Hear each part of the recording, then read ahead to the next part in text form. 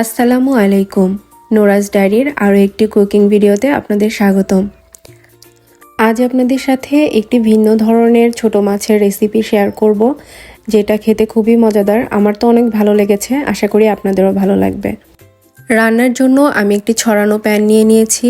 এখন এর মধ্যে পেঁয়াজ কুচি, কাঁচামরিচ কুচি, হলুদ গুঁড়া, মরিচের গুঁড়া, সামান্য একটু ধনিয়া এবং জিরার গুঁড়া, সাথে দিয়ে দিচ্ছি খুবই সামান্য গরম মশলার গুঁড়া আর সবশেষে লবণ।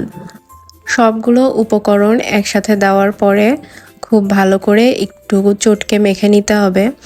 পেঁয়াজটাকে ততক্ষণ পর্যন্ত ভালোভাবে মশলার সাথে মাখবো যতক্ষণ না পেঁয়াজটা একটু নরম হয়ে যাচ্ছে। যেহেতু একদম হাতে মেখে রান্না করব, তো পেঁয়াজটা যেন তাড়াতাড়ি সিদ্ধ হয়ে যায়, এই জন্য খুব ভালো মতো মেখে নিতে হবে। আমি কাঁচামরিচের পরিমাণ একটু বেশি দিয়েছি, কারণ এই মাছটা আমার একটু ঝাল ঝাল খেতে ভালো লাগে। যারা ঝাল কম খান তারা কাঁচামরিচের পরিমাণটা একটু কমিয়ে দিলে পারেন। আমি এখন আগে থেকে পরিষ্কার করে রাখা ছোট মাছগুলো দিয়ে দিচ্ছি।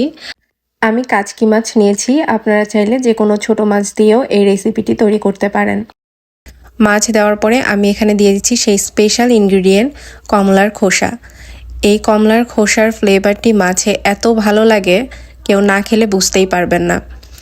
এরপরে আমি সব কিছু একটু আলতো হাতে মিশিয়ে নিচ্ছি, যেহেতু মাছগুলো ভেঙে যাওয়ার সম্ভাবনা আছে, তাই খুবই আলতো হাতে মিশাতে হবে। আর এই কমলার খোসাটা কিন্তু ড্রাই না, এটা একদম রেগুলার আমরা যে কমলাটা খাই সেটার খোসাটা ছিলে শুধু ধুয়ে আমি কুচি করে নিয়েছি।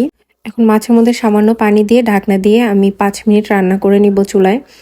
5 মিনিট মিডিয়াম আঁচে রান্না করার পরে ঢাকনা তুলে নিয়ে আমি আলতো হাতে মাছগুলোকে একটু নেড়েচেড়ে উল্টে দিচ্ছি, এতে করে সব দিকে সমানভাবে সিদ্ধ হবে।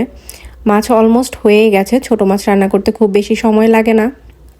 এখন আর মাছে ঢাকনা দিব না, ঢাকনা সরিয়েই আমি মাছটাকে ঝোলগুলো একদম শুকিয়ে নিব।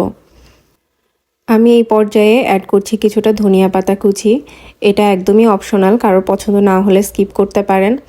এরপরে আমি জাস্ট একটু নেড়ে মিশিয়ে দিয়ে মাছগুলোকে চুলায় আর কিছুক্ষণ রেখে নামিয়ে নিব। এই রান্নাটা আমি প্রথম খেয়েছিলাম এক ছোট বোনের বাসায়, তারপর থেকে এই রান্নাটা আমার এত পছন্দ হয়ে গিয়েছে, তাই ভাবলাম যে এই মজাদার রেসিপিটি আপনাদের সাথেও শেয়ার করি। আমার রান্না শেষ, এখন আমি চুলাটা বন্ধ করে দিব আর চুলা থেকে মাছটা নামিয়ে নিব। গরম ভাতের সাথে এই রেসিপিটি ট্রাই করে দেখুন, আশা করি খুবই ভালো লাগবে। এতক্ষণ ধৈর্য ধরে আমার ভিডিওটি দেখার জন্য সকলকে অনেক অনেক ধন্যবাদ। সবাই অনেক ভালো থাকবেন, দেখা হবে পরবর্তী কোনো ভিডিওতে। আল্লাহ হাফেজ।